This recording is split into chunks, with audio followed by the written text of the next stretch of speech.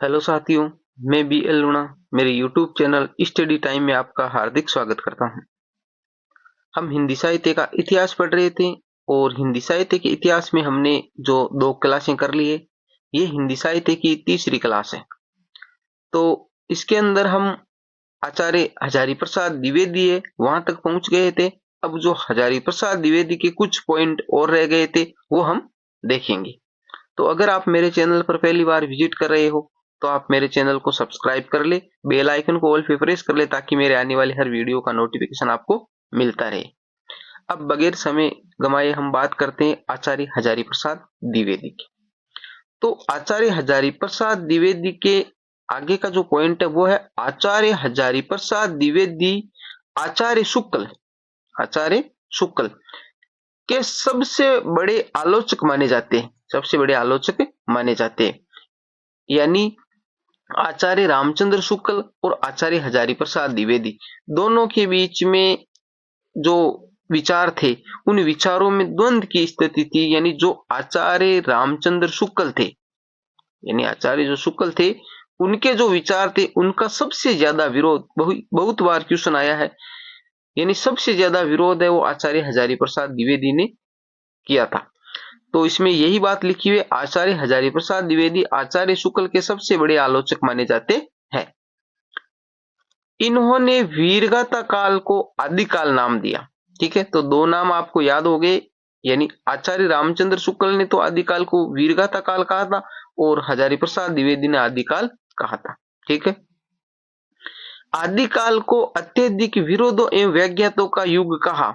ये जो परिभाषा है ये आचार्य हजारी प्रसाद द्विवेदी ने दी थी। यानी आदिकाल को अत्यधिक विरोध हो, यानी इसमें ज्यादातर विरोध है क्योंकि जो इनको कुछ वीरगाथा काल मानते हैं, कुछ आदिकाल मानते, तो अलग अलग विद्वानों ने जो अलग अलग नाम दिए, तो ये जो अलग अलग इसके जो प्रवृत्तियां थी, अलग अलग इनमें जो विचार थे, उन विचारों की कारण ही इनको अलग अलग नाम दिए गए। तो ये बोल रहे कि जो आदिकाल वो अत्यधिक विरोध है व्याख्यातों का युग था, ये आचार्य हजारी प्रसाद द्विवेदी ने कहा था। प्राप्त सम्मान, यानी आचार्य हजारी प्रसाद द्विवेदी को जो सम्मान मिले 1962 में बंग साहित्य अकादमी द्वारा टैगोर सम्मान दिया गया 1962 में। ज्यादा नहीं पूछते पर नॉर्मल आपको ये दिमाग में रखना है। 1973 ईस्वी में साहित्य अकादमी पुरस्कार मिला। 1973 और 1962 2 सन हो गई। 1962 में बंग साहित्य अकादमी द्वारा टैगोर सम्मान मिला है और 1973 में साहित्य अकादमी पुरस्कार दिया गया। आगे देखिए,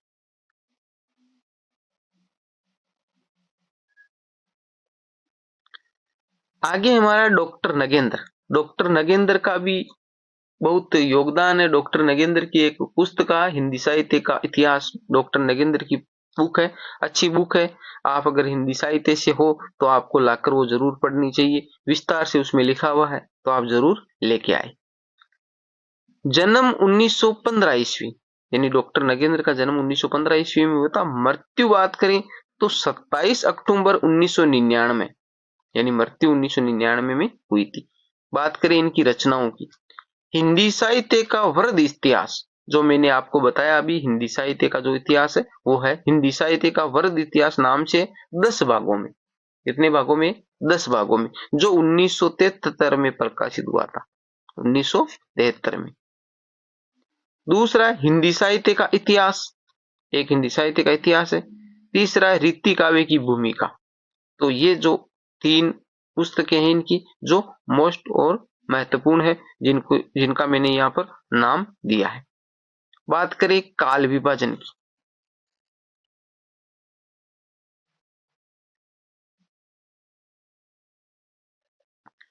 तो इन्होंने भी जो हमारे 4 काल है उन 4 कालों के नाम दिए हैं, आदिकाल, भक्ति काल, रीति काल और आधुनिक काल, जो वर्तमान में चल रहे हैं, क्योंकि आदिकाल, भक्ति काल, रीति काल और आधुनिक काल। बात करें इनके जो समय सीमा की, तो 7वीं शताब्दी के मध्य से 14वीं शताब्दी तक इन्होंने आदिकाल को माना है। 7वीं से 14वीं शताब्दी के दोनों मध्य है। फिर बात करें भक्ति काल, 14वीं शताब्दी के मध्य से 17वीं शताब्दी के मध्य तक इन्होंने भक्ति काल माना है, जिनका नाम जागरण काल भी है। जागरण काल क्यों कहा? क्योंकि इसके अंदर जो आदिकाल के अंदर जो प्रवृत्तियां चल रही थी, जो विरोध थे, युद्ध हो रहे थे, जनता अस्त व्यस्त थी, तो ये जो काल था आदिकाल, उस आदिकाल से लोगों ने जो भक्ति का मार्ग अपनाया और भक्ति से उनके अंदर जो सकारात्मक सोच पैदा हुई, जो जागृति आई, उसके कारण इसको जागरण काल कहा गया। बात करें रीतिकाल, तो ये 17वीं शताब्दी मध्य से 19वीं शताब्दी मध्य तक था। फिर आधुनिक काल, ये 19वीं शताब्दी से अब तक।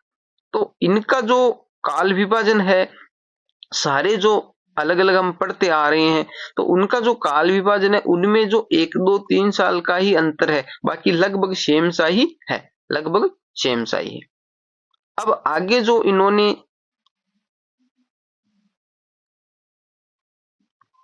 जो हमारे 1 मिनट, हाँ, जो आधुनिक काल नहीं है, इस आधुनिक काल के जो अलग अलग जो भाग है हम आगे पढ़ेंगे। अलग अलग जो भाग है, यानी आधुनिक काल जहां से स्टार्ट हुआ था, उसके बाद में जो वर्तमान तक जो चल रहा है, तो उनके बीच में जो अलग अलग प्रवृत्तियां आई, उन प्रवृत्तियों के हिसाब से उनको अलग अलग नाम दिया गया है। तो इसमें जो पुनर्जागरण काल है, पुनर्जागरण काल है, भारतेंदु काल, इसको पुनर्जागरण काल क्यों कहा? एक बार देखो, वापिस ऊपर देखते हैं कि देखो यहां पर जो आदिकाल था, आदिकाल से जो परिवर्तन हुआ, उस परिवर्तन के कारण जो भक्ति काल आया, उस भक्ति काल में जो जनता के अंदर जो सकारात्मक सोच है, अच्छे जो विचार है, उनकी ओर जो अग्रसर हुए, तो उनको जागरण काल कहा गया। ठीक है। फिर जो रीति काल, तो रीति काल में क्या हुआ था? इस प्रकार की रचनाएं वापिस होने लगी, जो हमारे जो शासक लोग थे, राजा महाराजा, तो जो कवि थे वो वहां तक सिमट कर रह गए थे, उनका यशोगान करते थे, यानी वापिस उसमें खो गए थे। फिर जो आधुनिक काल आया, उस आधुनिक काल के अंदर जो भारतेंदु युग की बात करें ना, इसको जागरण, भारतेंदु काल को जो जागरण काल कहा है, इसको जागरण काल इसलिए कहा कि इसके अंदर वापिस जनता के अंदर जो एक देशभक्ति की भावना है, अच्छे जो विचार है, वो पनपने लगे, तो उनके कारण इनको पुनः जागरण काल कहा, क्योंकि एक बार ये यहाँ पर जगे थे और वापिस ये रीति काल में वापिस खो गए थे। तो यहाँ पर वापिस वही रचनाएं होने लगी जो हमारे समाज के लिए देशभक्ति की जो रचनाएं थी, तो यहाँ पर पुनर्जागरण काल कहा इसको। ठीक है।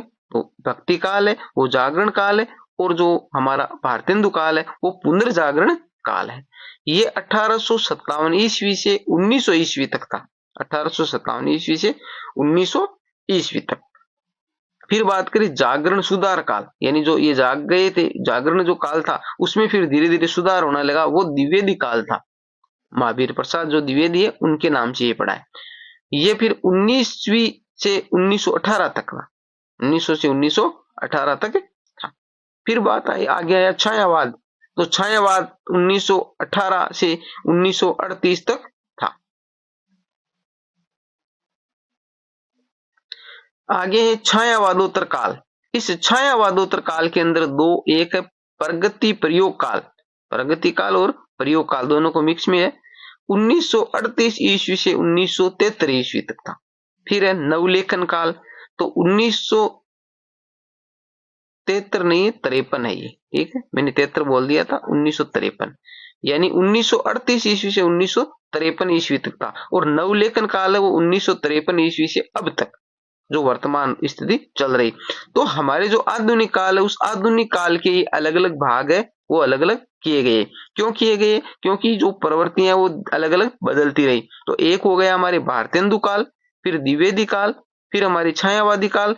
फिर जो ये छायावादोत्तर काल है, इसके दो भाग में, जैसे एक प्रगति काल है, एक प्रयोग काल है, और दूसरा नवलेखन काल। तो इस प्रकार ये अलग अलग काल का विभाजन किया गया, जिनका हम आगे अलग अलग विस्तार से इनको पढ़ेंगे। आगे देखिए,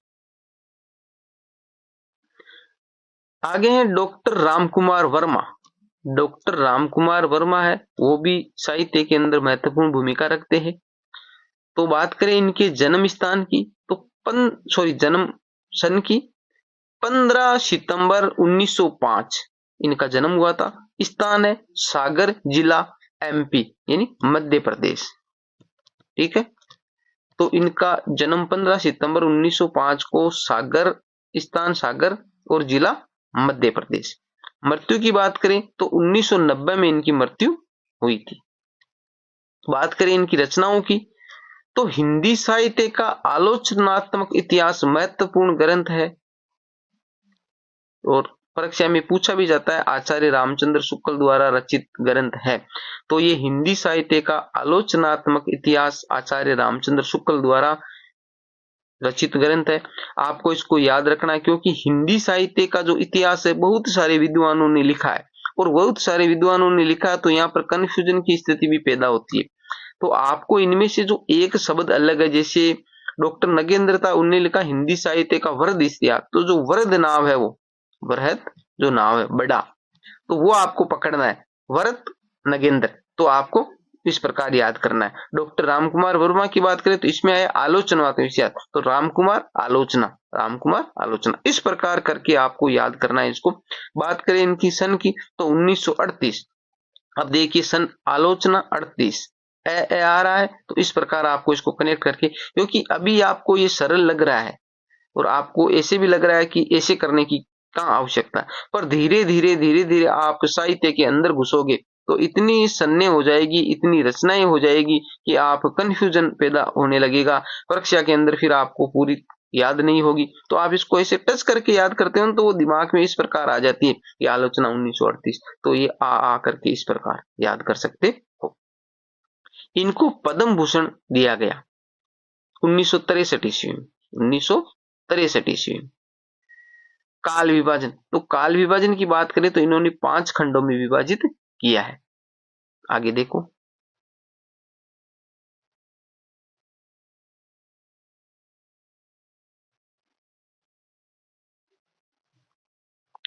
पहला जो कालखंड है वो है संधि काल एवं चारण काल। पहला है संधि काल और चारण काल। इनके दोनों के जो क और ख लिखे हैं मैंने अलग अलग है, संधि काल अलग है और चारण काल, यानी पहले को जो संधि काल माना फिर चारण काल। तो संधि काल इन्होंने माना है विक्रमी सम, जो आचार्य रामचंद्र शुक्ल ने जो काल विभाजन किया था वो विक्रमी सन में किया था और डॉक्टर रामकुमार वर्मा में भी विक्रमी सन में किया। तो विक्रमी सन 750 ईस्वी से, विक्रमी सन 750 ईस्वी से विक्रमी सन 1000 तक इन्होंने संधि काल माना है। डॉक्टर रामकुमार वर्मा ने संधि काल की जो समय सीमा तय की है वो है 750 से 1000 ईस्वी, जो विक्रमी के अंतर्गत है। बात करें जो चारण काल है उसकी, विक्रम संवत 1000 यानी 1000 से लेकर 1375 ईस्वी तक इन्होंने माना है चारण काल। तो जो संधि चारण काल दोनों को मिला के हम बात करें तो 750 विक्रमी सन से 1375 विक्रमी सन तक इन्होंने संधि चारण काल की समय सीमा तय की है। दूसरा है भक्ति काल।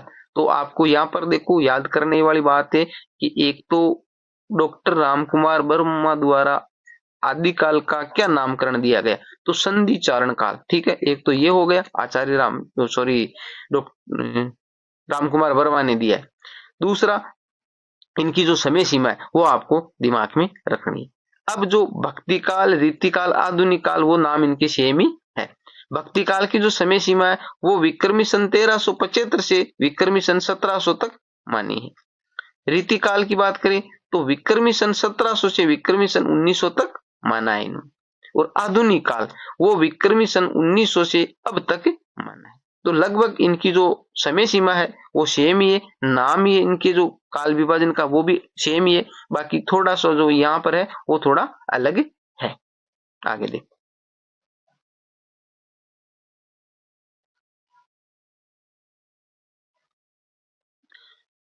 आगे इस रचना में 693 ईस्वी, कौन सी रचना में, हिंदी साहित्य का आलोचनात्मक इतिहास जो 1938 में लिखा गया डॉक्टर रामकुमार वर्मा द्वारा। तो ये कह रहा है इस रचना में 693 ईस्वी से 1693 ईस्वी तक का ही वर्णन है, यानी 693 से लेकर 1693 ईस्वी तक जो इतिहास है वही इसके अंदर शामिल किया गया, उसके आगे का जो इतिहास है वो इसके अंदर नहीं मिलता है।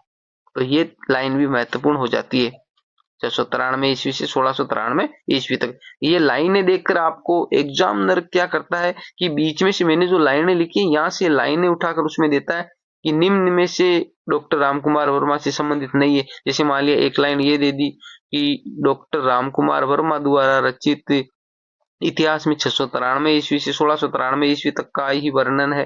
दूसरी लाइन दे दी डॉक्टर रामकुमार वर्मा ने आदिकाल का नामकरण संधि चारण काल दिया था। इस प्रकार जो लाइनें देखकर फिर अलग अलग दूसरी उन्हें काल विभाजन का 5 भागों में विभाजित किया था। एक लाइन तो अलग दे दी, तो 3 लाइन ने उसे मैच खा रही है, एक वो नहीं खा रही है, वो अलग हो, तो वो हमें छांटना होता है। तो वो जब छांट पाते हैं हम विश्वास से इसको पढ़कर जाते हैं।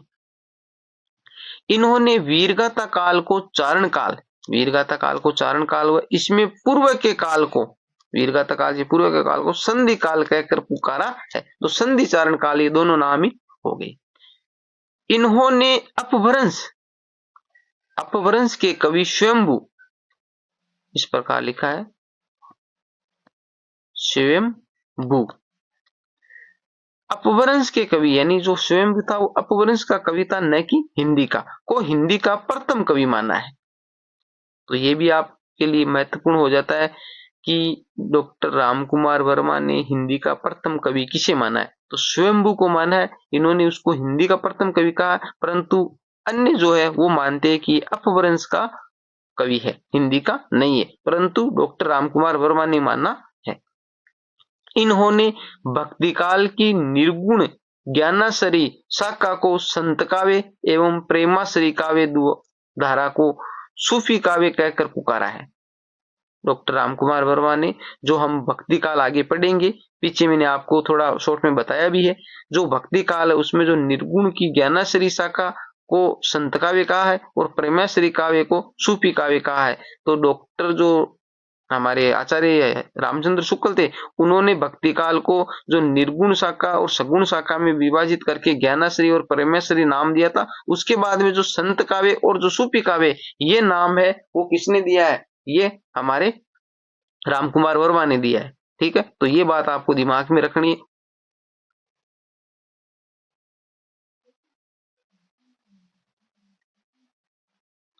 आगे हिंदी साहित्य का वृद्ध इतिहास, जो डॉक्टर रामकुमार वर्मा की ग्रंथ है। नागरी प्रचारणी सभा काशी, ये भी आपको याद रखना है कि नागरी प्रचारणी सभा वो काशी के अंदर है। 16 खंडों में ये बड़ा ग्रंथ है जो किसी एक लेखक की रचना नहीं है, यानी हिंदी साहित्य का वृद्ध इतिहास है वो नागरी प्रचारणी सभा ने कहा कि 16 खंडों में विभाजित ये बड़ा ग्रंथ है जो किसी एक लेखक की रचना नहीं है। आगे बात करें डॉक्टर रमा शुक्ल रसाल, डॉक्टर रमा शुक्ल रसाल रचना की बात करें हिंदी साहित्य का इतिहास, यानी डॉक्टर रमाशंकर शुक्ल ने, जो रमा शुक्ल रसाल है उसने जो रचना लिखी उसका नाम है हिंदी साहित्य का इतिहास। प्रकाशन की बात करें तो 1931, ज्यादा महत्वपूर्ण नहीं है, इनके बारे में कभी कभार पूछ लेते हैं, पर मैंने इसको लिखा है तो आपको सरसरी नजर से इस पे नजर रखना है। 1931 में इसका प्रकाशन हुआ था। आदिकाल को इन्होंने जय काव्य काल कहा था, आदिकाल का नामकरण इन्होंने दिया था जय काव्य काल, जय काव्य काल, ठीक है, आदिकाल का नाम। और रीतिकाल को कलाकाल कहा था, रीतिकाल है उसका नाम इन्होंने दिया था कला काल, कला काल, ठीक है। तो ये दो नाम है ये महत्वपूर्ण हो जाते हैं इनको, यानी जो एक तो ये आदिकाल का इन्होंने नाम जय काव्य काल दिया था और दूसरा रीतिकाल को इन्होंने कला काल कहा था, ठीक है। आगे हमारा है डॉक्टर गणपति चंद्र गुप्त, डॉक्टर गणपति चंद्र गुप्त। तो जो डॉक्टर गणपति चंद्र गुप्त है उनका जो जन्म है वो 15 जुलाई 1928, 15 जुलाई 1928, 15 जुलाई 1928 को गणपति चंद्र गुप्त का जन्म हुआ था। बात करें इनकी रचना की तो हिंदी साहित्य का वैज्ञानिक इतिहास जो 2 खंडों में विभाजित है। अब देखो यहाँ पर जो ये वैज्ञानिक नाम है आप याद करना, गणपति चंद्रगुप्त वैज्ञानिक, गणपति चंद्रगुप्त वैज्ञानिक। तो हिंदी साहित्य का वैज्ञानिक इतिहास है वो गणपति चंद्रगुप्त का है, जिस प्रकार डॉक्टर रामकुमार वर्मा के जो आलोचनात्मक इतिहास है उसी प्रकार। बात करें इनके प्रकाशन की तो 1965, डॉक्टर रामकुमार वर्मा वाला 1938 है तो ये 1965 में प्रकाशित हुआ था, जिसके खंड कितने हैं, 2 खंड है, 2 खंडों में विभाजित है। ये जैन कवि शालिभद्र सूरी, जैन कवि है, शालिभद्र सूरी को हिंदी साहित्य का पहला कवि मानते हैं। ये बात इनकी महत्वपूर्ण है, इसको आपको दिमाग में रखना है, कई बार ये क्वेश्चन आया हुआ मोस्ट भी है। यानी जो जैन कवि है शालिभद्र सूरी, उनको ये हिंदी साहित्य का प्रथम कवि मानते। डॉक्टर रामकुमार वर्मा जिस प्रकार स्वयंभू को मानते जो एक अपभ्रंश का कवि है, उसी प्रकार डॉक्टर गणपति चंद्र गुप्त है, वो एक जैन कवि है, शालिभद्र सूरी उसको हिंदी का प्रथम कवि मानते हैं। आगे देखो,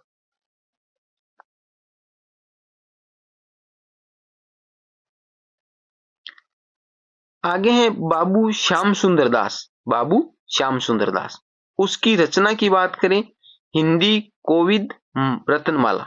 हिंदी कोविद रत्नमाला, बाबू श्याम सुंदर दास की जो रचना हिंदी कोविद रत्नमाला, पूछा जाता है कि हिंदी कोविद रत्नमाला किसकी रचना है, तो बाबू श्याम सुंदर दास की है।